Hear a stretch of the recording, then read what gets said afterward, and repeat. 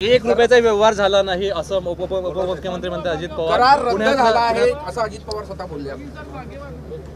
जी काही माझ्याकडे माहिती आहे त्यानुसार हा जो काही करार त्यांनी केला होता त्या करारामध्ये पैशाचं एक्सचेंज हे बाकी होतं, पण रजिस्ट्री पूर्ण झाली होती। त्यांनी दोन्ही पक्षांनी ही रजिस्ट्री रद्द करावी अशा प्रकारचा अर्ज केलेला आहे।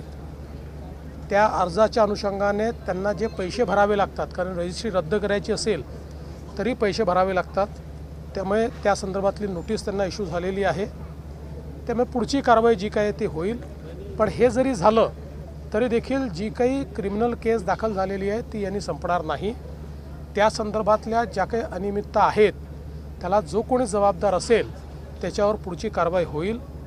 यासोबत एक पॅरलल इन्क्वायरी जी चाललेली आहे ACSच्या अंतर्गत एक कमिटी आम्ही केलेली आहे, त्याच्याही अंतर्गत सगळी चौकशी करून 1 महिन्यामध्ये त्याचा अहवाल आम्ही घेऊ।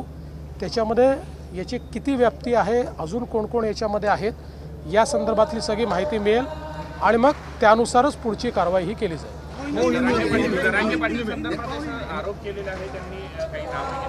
असं आहे की या संदर्भात पोलिसांनी कारवाई केलेली आहे, 2 जणांना अटक केलेली आहे। सगळ्या प्रकारची चौकशी केली जाईल, कुठल्याही पद्धतीने कोणालाही याच्यामध्ये सोडलं जाणार नाही।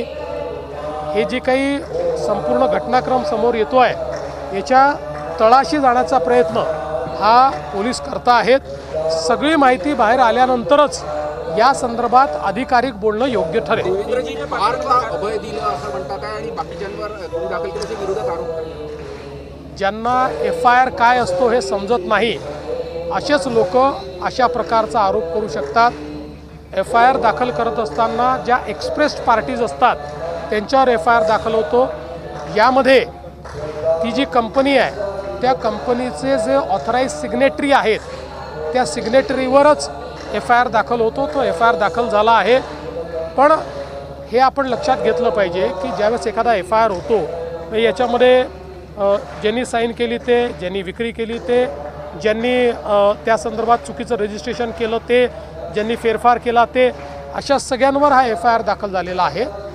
याच्या चौकशीच्या दरम्यान अजून जर कोणाची नावं आली, कोणाचा संबंध आला तर त्यांच्यावरही कारवाई ही होत असते। पण आत्ता जो FIR केलेला आहे त्याच्यामध्ये कोणालाही डावललेलं नाही। नियमानुसार ऑथराइज सिग्नेटरी, नियमानुसार पॉवर ऑफ अटर्नी होल्डर हे FIRचे जबाबदार असतात, त्यांना जबाबदार धरलेला आहे। संपूर्ण जो करार झाला त्याच्या शीतल तेजवानी एक नाव होतं, पण करार रद्द जे झालं त्याच्या शीतल तेजवानी नाव नाही। ते मी आता बघितलेलं नाही आहे, ते बघितल्यानंतर मी सांगू शकतो। या तपासणीमध्ये जर पार्थ पवार दोषी सापडले तर इथून पुढे त्यांच्यावर कारवाई होईल। असं आहे की आता तुम्ही अहवाल येऊ दिला पाहिजे। मी तुम्हाला एवढं निश्चितपणे सांगतो, अहवालात जो कोणी दोषी असेल, जो कोणी, आणि माझ्या या मताशी श्रीमान उपमुख्यमंत्री अजितदादा पवारही या ठिकाणी पूर्णपणे सहमत असतील की या अहवालामध्ये कोणीही दोषी आढळला तरी त्याच्यावर कारवाई होईल। बघा, आम्ही कालही एकाही मिनिटाची वाट बघितली नाही। तात्काळ जे प्रायमा फेसी अधिकारी होते त्यांना सस्पेंड केलं आणि जे प्रायमा फेसी दोषी दिसत होते त्या सगळ्यांवर FIR केला।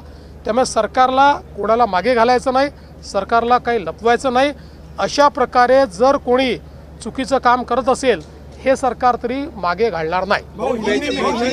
मुद्रांक शुल्क माफ झाल्याशिवाय व्यवहार रद्द होऊ शकत नाही असं म्हणतात। मुद्रांक शुल्क भरल्यानंतरच व्यवहार रद्द होणार। मी यापूर्वीच सांगितलेलं आहे की मुद्रांक शुल्काच्या संदर्भातली नोटीस ही देण्यात आली आहे, ती भरल्याशिवाय हा जो काही व्यवहार रद्द होत नाही। देश विदेशातील प्रत्येक घडामोडींचे लाईव्ह अपडेट मिळवण्यासाठी आता साम टीव्हीच्या सर्व सोशल मीडिया प्लॅटफॉर्मला लाईक, फॉलो आणि सबस्क्राईब करा। तसंच सर्व नोटिफिकेशनसाठी बेल आयकॉन प्रेस करायला विसरू नका।